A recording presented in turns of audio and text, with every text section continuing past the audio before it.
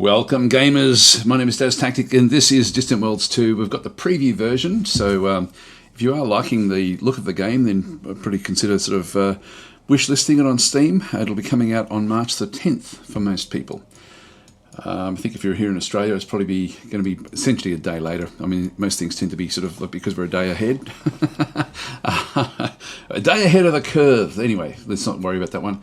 Let's just continue on. Now, what we did is we've finished recently just the attack on the Tashtur Sinica system, where we've actually got like a this was like a Tekken pirate system, and we've now destroyed the pirates. We did very well there actually, and I sort of wish we hadn't have, because I really want to show how to look at a problem that you've got militarily, and then adapt to try to then make it sort of work for you. Now, we may still be able to do that with other pirates, and we'll see if we can do that one anyway at some different time. Now, we've actually got a few different injured ships. You can see here, this one here has got like a more of a dark blood red to it, and this one's got a bright red.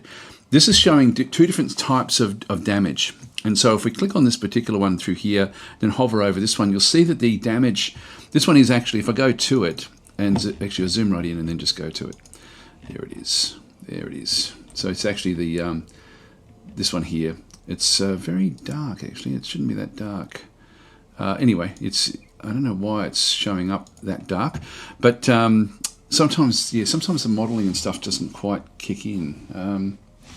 I'm not sure why. Anyway, we've got this one here, and you'll see that the damage to the engines and the weapons and things are sort of all in there. It's disabled. It's sort of showing over through here that it is actually disabled. And if I go and click on the actual escort itself and through the side, we can then sort of see that there's, for example, there's absolutely no static energy. There's no speeds at all through here. It does have a 10 through there, so it looks like it may be able to limp its way through. That's just giving a bit of an indication as to what the ship actually looks like, which doesn't look sort of too bad in through there. This is where we are at this point in time, so it can limp along. It does have a hyperspeed though that it can actually get to at 400k, so that's sort of where this one actually is. And if we have a look at this one, where it actually is, so it can't use, what's the term? Its warp drive seems to be okay, and the warp drive is under general, and so all the general things at the bottom there are actually working, and that's where the warp drive sits. But the actual engines to propel it, I forget the terminology. My mind goes blank when I'm trying to explain these sort of things. Anyway, all the weaponry, all of the engines, the defenses, these are all offline. They're all damaged. But the damage can slowly be addressed over time, so the crew can actually work that one through. But this one still does have, it's got 0 speed at the moment. It is essentially disabled. But that can be fixed, essentially, because it's only damaged and not destroyed. If we go back to the other fleet and then just go back into this one here, click on this one through here, you can see there the damage. If we this one here is also disabled, and if we go and have a look at it, we're going to see that there's a lot more damage now shown on the actual model itself, which is pretty cool. Like, it sort of is showing the problems that this particular ship actually has. And again, we can sort of see it's got the similar sort of thing actually with the movement down through there as well. So it looks the same. I mean, sorry, it doesn't look the same here, but it looks the same as far as movement is concerned. But when we hover over this one, we'll then sort of see that we're still missing engines, weapons, defences, and sensors, etc. And we actually do even have a number of the general elements that are, 4 of them are working and 4 of them aren't working. But all of those different things have now been destroyed. Now, there's no way for us to actually repair the damage with the crew. This is something that has to be repaired by a construction yard or a construction ship. And because we can't take a planet to the actual, or a star base across to the actual ship itself, we need to take a construction yard to the ship, a construction ship to this particular ship to then repair it. God, I'm tongue-tied at the moment. So anyway, this is sort of this is one thing we do need to do. Otherwise, it's just going to sit there. We need to decide: do we want to just scuttle the ship, or do we want to do something with it and try to rescue it? Actually, where is it now? Yeah, there it is there.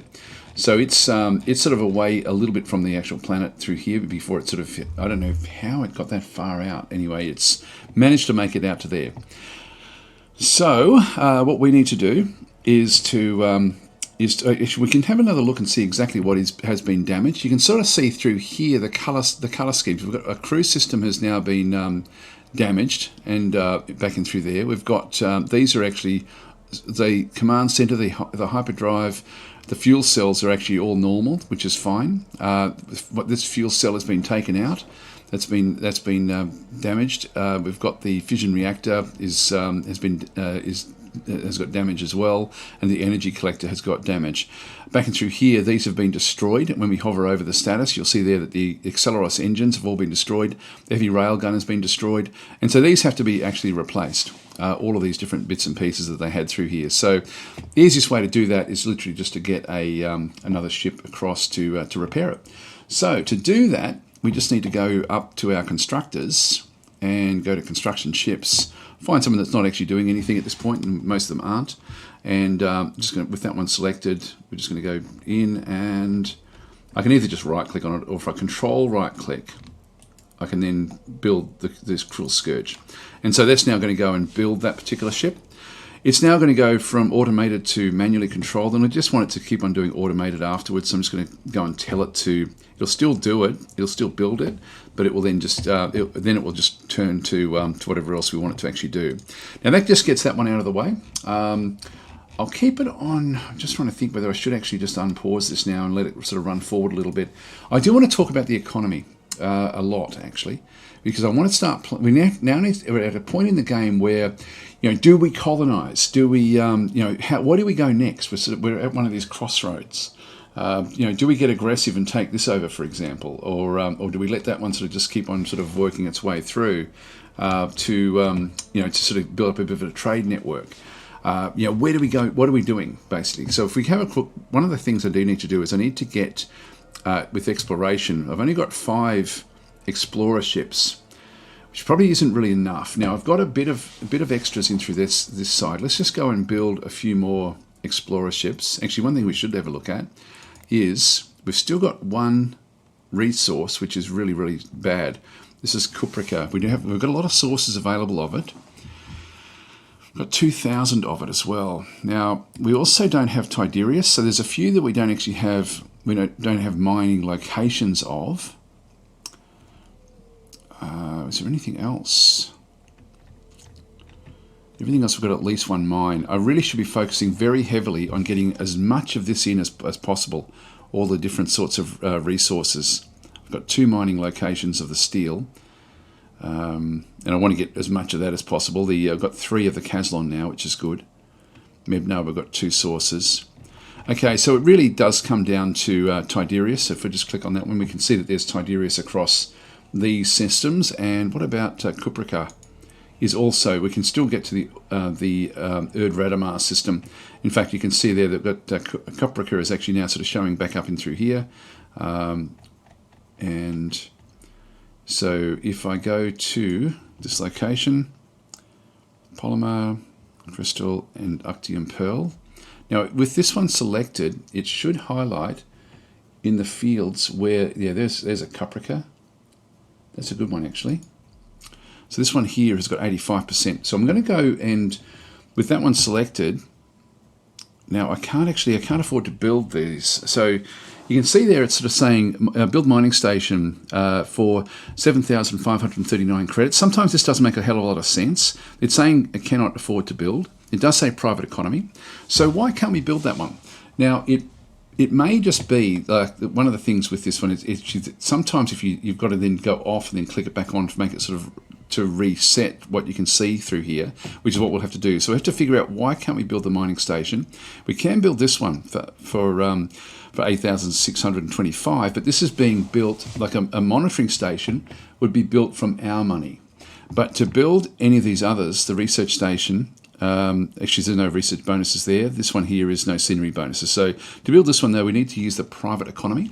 So what have we got in there? So if we click across to here, we can see that our cash reserves for the state economy is 53,000, but for the private economy, we've only got 5,262. So to build a location here, this has to be higher. So at the moment, the private sector is sort of struggling with its actual cash flow, whereas we're actually okay. We've got a little bit in through here. they're certainly paying different bits and pieces to us over time. Certain things are sort of happening as well all the way through. They do have a fair bit of revenue. If we just leave it, it will actually end up sorting itself out. They've got a very, very high cash flow, for example, in the private economy. Now, we don't have any control over this, but we can tell them that we want you to spend your private cash on mining stations, for example. So in this case, we just got to wait for that to build up. Let's just let it go. And so we'll just watch this over time, and it will then, it's 5.6. It should keep on improving. 5,600, 6,000. What do we need? We needed 7,500. So we'll just watch it happen for a little while. They may invest in ships, for example, which will then come out of that one through there. As soon as it hits 7.5, I will then stop. This one's 7.3. Nearly there. 7.8. Oh, it went down again. It just jumped straight down. It got to 7.8 and then they went straight down again. Now 7.7. Okay, pause. So we're now at 7.7, but you can see I can't actually tell it to build that one. I've got to then click off this, and you can see we've got the actual mining ships and our back to exactly get what we're looking for here. I'm just going to go and grab this one. Now when I re-click it again, it now has reset. So I can now go back into build mining station. I'm hoping that this is a little sort of, I guess the little quality of life things that should actually know as soon as it's available. That should hopefully, if it's active, should actually then come back in. So I can now tell the private enterprise to spend 7,500 to build a mining station there. So let's just go and do that. So that's now queued. That's fine. If we now just unpause the game again, we'll now see this thing drop. Should see it drop. Oh, hang on, no, they won't do it until we've got it reserved.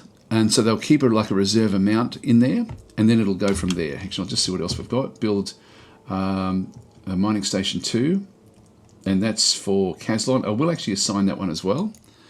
And new frigate completed as well. That's okay. We'll just dismiss that message. Anyway, that's sort of what's going to be happening in through here. It's building up now, but eventually there'll be a constructor that will then go and grab all the stuff. In fact, if I just go and click on that one again, Rusty Pathway is building the mining station. So I can click that one to select. This is the Rusty Pathway. It's getting all of the equipment. Let's have a look at this thing. So it's actually, see, we're not seeing the model there. Sometimes, yeah, I don't know why this happens sometimes. It's very strange. Anyway, that's off. Building... Well, it's way over there, actually. It's got to get all the way back. Yeah, so it's going to go... It's going to take forever to get back and then sort of do its building. So anyway, that's the one that's taken up the job to sort of do what it had to do back up through this side. So anyway, we'll just leave that one where that is. Now, so that's one aspect of the economy. So we've now got that one sort of sorted. We've got this one sorted down through here. Now, as far as the actual colonies are concerned, we do actually have a few colonies that we could actually go and colonize. Like if we go to new colonies, for example, we have a few different, so we've got like the priority, what it considers to be the important priorities. Now, when we hover over this one, you can see there that for these locations, back out through this particular location, this volcanic moon, if I just go and click on that one, it's saying that we're getting a colonization suitability for the Mortlands of +3. Now, that's only for the Mortlands, and you'll find as well, like this is actually this one here, for example, has got a colonization suitability of +6. When we have a look down through here, though, we see that the quality of the planet, though, is 56, and for Actarians, it's +41 suitability. For this one as well, when I hover over this one, it's +43 for the Boscarans. Now, if I can get hold of like a Boscaran group, and they're happy enough to sort of work under our regime, then we can make use of that ability of them to like volcanic moons. But at the moment, our Mortlands can't actually deal with volcanic moons. For us, we actually have our own planet, which if we just go back to the actual colonies themselves, and so this is Dazrakis back and through here. So our quality is 43, but the Mortlands have an amount of +38. In suitability. So we have a 38 suitability on our current rocky desert planet. So to explain sort of how it's not difficult to explain this, but the suitability of +38 is the important thing. If it's under 20, you're going to struggle financially. If it's over 20, it's going to become a really good planet. So for all the potential colonies that we actually have, we're seeing the amounts of what this would mean as a mortalan. When it goes over zero, like anything positive in through here, it will allow you to settle it. So you can sort of settle pretty much anything that you know the capability of actually putting a colony on. But if it's not over 20, then it's going to be of limited value. These are close. So these are actually two planets that are close, but nothing else really sort of hits the mark in reality. These are not really recommended to actually go and settle because they're going to cost a lot. And so particularly if we went crazy and started settling everything to get like expansion, it's just not worth it to us. So these are potential. If we can get them over 20, then that would be quite cool. Now, we have got a couple of ways of doing that one. So if we have a look, like we can sort of click on these particular planets, we can see there that the quality of the planet is 32, but the suitability is only 12. And this is a, what is it, a desert savanna. And if we go across to F1, and just go down to we can see most of this from the actual races themselves, so the alien races, and then we go to mortalans, which is what we would be doing with this one, of course, and we just scroll on down to the different colonization modifiers and minimum quality. So for a desert savanna, the way that it would then work is we've got the minimum quality required is 45%. Back in through here. Now we can see there the quality of this one is 32. And what it does is it's 32 minus 45, okay? And then we add in the colonization modifiers on top of that one. So that's the minimum quality for colonization on these. This is then where we get it a plus 25. So essentially it's a negative 20. So if we have a look at the 32 minus 20 gives us a suitability of 12. That's sort of how it works. So if we're sort of thinking, okay, well, what's the best ones for us? The best ones are rocky deserts because we have a 40% minimum quality, which means that we in fact, if we go back to our location, back in through here, this is a rocky desert moon. And so the quality would be, the quality is 43 minus the 40 that we see through there. So we're now at 3 plus the 35.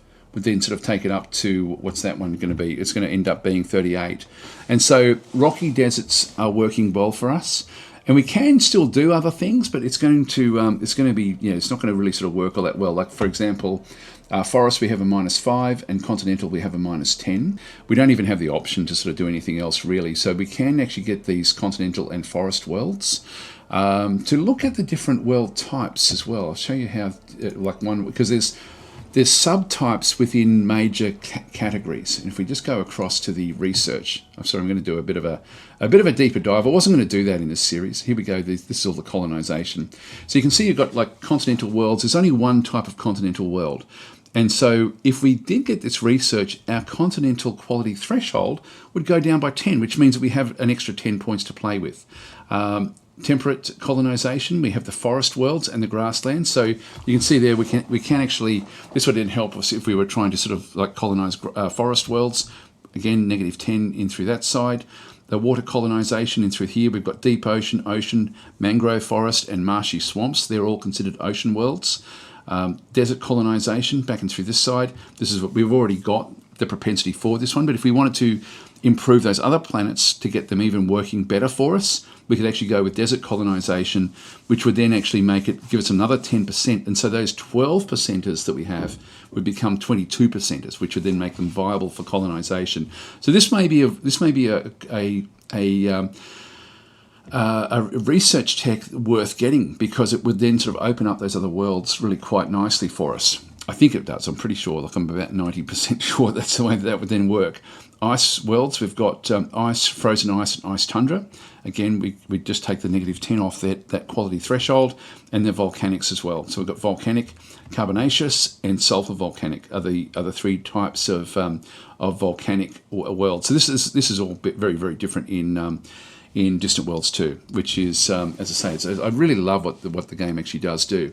We also have improved colonization. For example, we actually have this tech. And so we have limited terraforming facility in through here as well. And so what we can do through there, you can sort of see when you look at the stats for the limited terraforming facility, it's going to cost a lot. It's going to cost a lot of maintenance per year.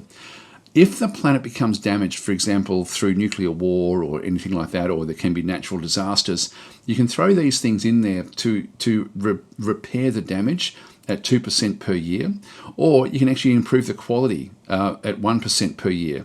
And the quality improvement amount will essentially be 5%. So it won't be dramatic, but if you just need to tweak something over a certain limit, you may want to build one of these on the planet, get it up to a certain amount, and then sort of go from there. Now, beyond that one, we'll then actually have like enhanced colonization, which will take it up an extra 10% at 1% per year, and damage will repair even better, and similar, and so on and so forth all the way through. 15% extra, 20% extra. So all of these different, not animals, all these different buildings then just keep on sort of adding on and on and on. But that's sort of how it works. It's simple in one sense, but you need to know how the mechanic of it works to then make use of it. So we'll exit the research there, and that just gives a bit of a summary as to why we are seeing certain things. Like at Das Rackus, for example, when I click on this one, we've like they like living on this planet. There's all sorts of other things that come in as well, like with the development amounts. In fact, you can sort of see more. I wish it would show it there when you hover over that, but you can sort of see that the development of 123. We're getting 14%, 40% from the population. Now that goes up to a maximum of 50%, and at 50%, I think we have to have 5 billion, and we're only halfway through there yet. So I think it's like a logarithmic scale from memory. I can't remember exactly how that one does work. 13 from other items. That would be other. Don't know if that's going to be from here. Colony development of 3%, and there must be another 10 somewhere else. Here, 10 from there. Okay, so we're getting 13 from there. That's the 13 that we see there from other items, and 69 from resources, and that's growing. So as we bring in more luxury resources into the planet, we're then going to get different boosts from those different resources, and so we ultimately end up with an amount. Now, the most we can get is the most we can get. What is the most we can get? Maybe I'm just thinking of Distant Worlds 1, but there was a limit to how much you can get from resources, but it looks like that's over 50%, and it used to get stuck at 50%. So this may be more, or maybe sort of speaking a little bit, out of tune there. We have got a lot of shortages in through here. A lot of the shortages should be luxury items. By the way, this is a little bug as well, which I hope that they will fix. It's happened a lot in the game, but when I've got like this area underneath the screen, the interaction, it doesn't know what to interact with. So even though this one's on top, I can't scroll. What I need to do is I need to actually get rid of this so it doesn't show. Come on, get rid of that one. Get the colony. I won't do it. It won't do it. No, I won't do it, unfortunately. I'm just trying to get rid of that screen. No, I'll have to go into the actual planet itself. The only way to really sort of tweak that would be to go into the system and click the planet this way, where it doesn't open up that little box. Then go to this, and then I can scroll. It's annoying, so I hope that they do fix that one.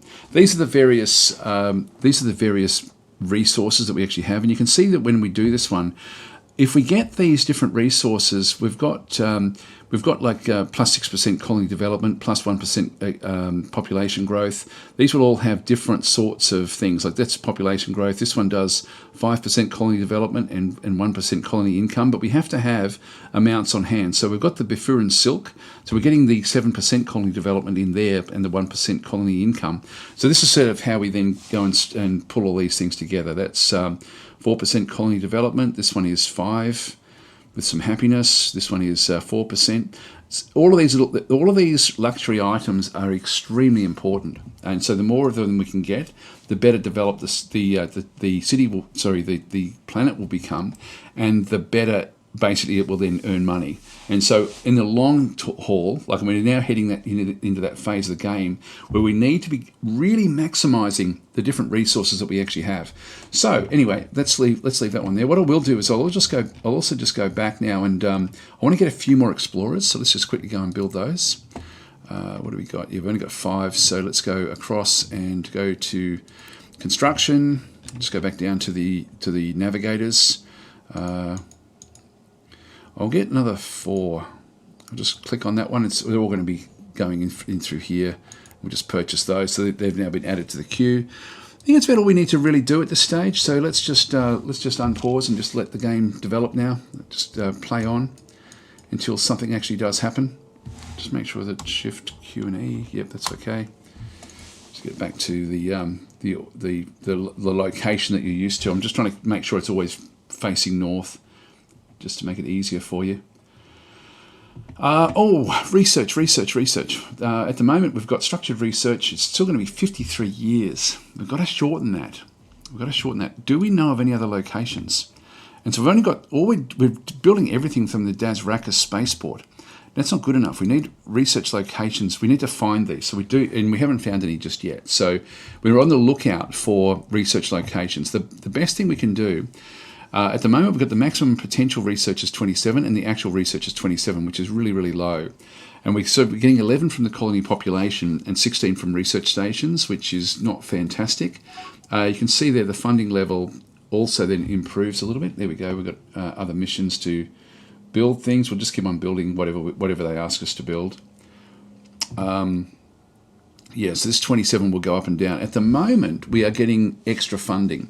So we've got the 50% funding level is equal to 907 credits. Now that will drop every so often when this cash flow goes negative. If we just go or goes down a little bit. If we have a look at the funding levels back in through here, we'll then see that anything extra, so we've got excess in through here, we're actually putting 50% of this excess into colony growth, which is really important, and research. So we're getting X amounts in through this side. We're using as much as we possibly can this way. Actually, here we go. We've got another Firestar Guild encountered. We've encountered a new pirate faction in the Nispes system. The Firestar Guild is predominantly composed of Mortallans.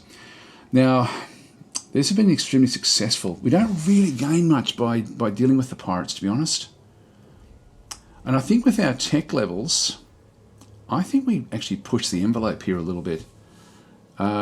What we don't want to have, just to sort of push this into perspective as well, we don't want to end up where we've got, where would it be? It'll be under the expenses, tribute paid. We're paying 1,500, which ends up being quite a bit. And so if we go and side with them, then that's going to mean that we're also then paying another 1,500. So it means we've got less to spend. And I think that we're going to dismiss this one for now, and we'll then just talk about this one. Yeah, we've got a new spy has appeared. That's okay. We'll dismiss that one. We've got the. I'm going to decline this. Now we are trying to expand, and this could cause us problems. So we've found them in the Nispes system. We might have a look at this. Decline that one. Yeah, so now too late. We've now done we've now declined it. New frigate completed. So we're now getting more and more of these frigates from over through here. Another frigate. So 2 frigates have now been completed back in that one. If we just go back across to our fleets, I think what we'll do is we'll have a bit of a look to see. I'm just going to go to all the ships that are not in a fleet. And so we've got all of these different. This is an escort. Actually, that's a destroyer. So we'll grab the destroyer. This one's leaving the shipyard, the frigates. So I'll go with roll so we can sort of see what's what. So we've got all the frigates in a row there, the destroyer there, and underneath the destroyer we then have troop transports. We'll keep them out, and then we've got the fuel tankers, and we'll keep them out of there as well. So these aren't in different areas. So we're just going to go across to the destroyer and then everything up to the top. So click on those. All of these are going to be added into the first fleet. So the first fleet now consists of quite a few things. So if I just press F, I'm always going to be able to pick this particular fleet up. So F, we do have, this is a Cruel Scourge. You can see there that this is the one that was trying to repair itself. It's only got a few little things left to go. It's making its way back to to everywhere really. What I can just do with the actual fleet itself is, this one doesn't have any actual fuel. Now the fuelers, transfer fuel to Distant Treasure and load fuel at Erd Radamar 6. So This, now, Distant Treasure is, that's the Cruel Scourge in through there. Distant Treasure, I'm not sure which one's the Distant Treasure. If we just go and click on that one. Distant Treasure is over here. There's a fuel tanker there. And so we've actually got like a navigator that's low on fuel. And so these are just now moving out and refueling everything. So it's just going to go back in and fuel that one up. How far away is that one? Not far away. Actually, not far away. So, fleets. What we'll do is we'll just go back and control right click somewhere and just go refuel at the Das Raka spaceport. Let's just go and do that. Just get everyone fueled up. So everyone should be able to move. This one won't move as fast as the others. Where is it? Yeah, it's still back over here.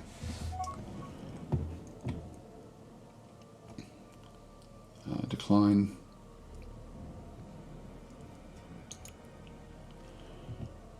Yeah, I'm not going to play the game now of the pirates. So what we can do is, now that we actually have fairly good long-range scanners, we should be able to start to see the ships, the pirate ships, and figure out where they're coming from.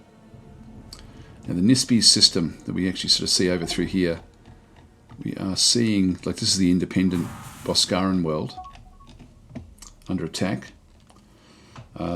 Actually, let's pause this for a second and just go show me. So we've got the Olmir mining stations under attack by the Dreadful Justice. It's an escort of the Firestar Guild at Nispi 1 in the Nispi system. So that's going to be, in fact, when I hover over that, see how it's actually got a little button that's coming out from over here? So that's where the problem actually is. It just happens to be in the system that we're in. If I go to show me, it'll then sort of zoom on in. And so we've actually got, like, there's a few pirates that are coming in. This may be too much. This may be beyond us. Now, we do actually have some things. Now, what have we got in through here? Jacanta Ivory, which is what we're getting from this particular location. So we've got Jacanta Ivory that we collect. Yeah, that's just one of the little transports to go back and get the ivory. And so they've got these escorts, which have got a strength of 92, which actually is fairly good. They've got good point defence. They've got a rail gun that's going to rip through our mining base. And they've got 3 ships that are coming in with that particular ability. And you can see there the red and the blue are almost the same level. So when we hover over their strength, you can see there that it's almost the same with the standard and point defence. But as they get closer, they'll now start to hit this thing pretty hard. This thing will actually struggle against these. We do actually have a strength of 73 ourselves with lance missiles and rail guns. So if they will be close enough when we do this one, it's definitely within the range. So we'll just watch what actually happens through here. So they're actually hitting us. We should be also targeting them. We'll have a bit of a look. We're doing a little bit of damage, but not a hell of a lot. Yeah, this is going to drop. Now, this is where we're going to have to watch these when they're finished. Now, they've just sent a boarding party across. I just saw that. So they're going to be taking over this location. Now, we may need to destroy this ourselves. First contact. We've actually now got the Char Dilba nation has been encountered. I'll just go show me. They'll then sort of appear in here. They're not going to like us. So that's another major. What else have we got in through here? Assign mission, build that one. Yep, assign that mission. That's not a problem. Foreign pirate leader. Okay, we've actually, while salvaging an escape pod in the Tashtur Sinker system, we made the following discovery. A pirate leader was in an escape pod. So if I go to show me, this was the construction ship picked him up. And so on board is the pirate leader. Now, I don't know what we can do with him. I don't know if he then becomes one of our characters. No. Prisoners? Nope. I've got no idea what they're going to do with him. Yeah, Weir Wappet has been picked up. We'll see over time, actually, what does actually happen there. So that's the humans. We don't need to worry about them. And dismiss that one, and we've got this one here. So I'll just go and show me again at what's going on here. Now, they will take over this. They'll either raid it or take it over. Now they've stopped fighting us with it. Now where have they gone? They stayed over here. We need to find where they actually are. Yeah, so we're finding different breakthroughs. While salvaging a computer core and attached to a sinker system, we've made the following discovery. It found technology that's given us a research breakthrough in efficiency diplomacy with the Quemino culture. All right, and foreign agent captured. Good, so we're catching more and more of these. Now, if we start to run out of money, we may be able to sell them back. Yeah, let's just continue on. So this one, I'm sure that this raiding party will end up taking over this particular location. We've got to be careful that they don't do other raids. They're probably going to come in against this casino that we have, this resort base. Will it, or they may just stay around there.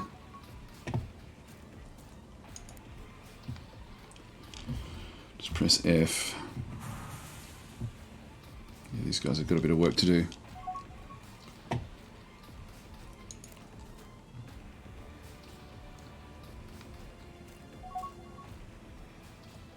Okay, so what happened there is they raided the Olmere mining station. In the raid, they looted. So they all they did was loot. They didn't actually take it over. I'll just go back across. So we've now got control of this one back again. The shielding is completely off. It's a lot of the stuff has been disabled, as you can sort of see that down on the right hand column. It's now going to come back, and we'll start to sort of do that one through there. Now, yeah, so that's been raided. So we now just get back on with our lives. Sign that mission. And we do need to now hunt these things down. So I need to keep track of where they go to, just so I can actually go and face them. If we go this way and just go to pirate relations, can we? We don't know where any of the pirates actually are. We think there's one over here, I think, from memory. Build ships. It's wanting another troop transport, 3 destroyers and 2 escorts. I'm going to decline that for now. I really wanted to get... We've got the trade network starting to develop between this Boscaran colony and us, and I'm going to try to develop that up. It's useful in this early part of the game. Yeah, we're playing Protections of the Menacing League. We don't know where they actually are. And the Fire Star Guild as well. Build ships. Yep, decline. I don't mind only getting what I need at this point in time. Now, if we just go back to our ships again, we've got escorts, troop transport. So I've got 1 extra escort. I'll just leave that one doing what it's doing.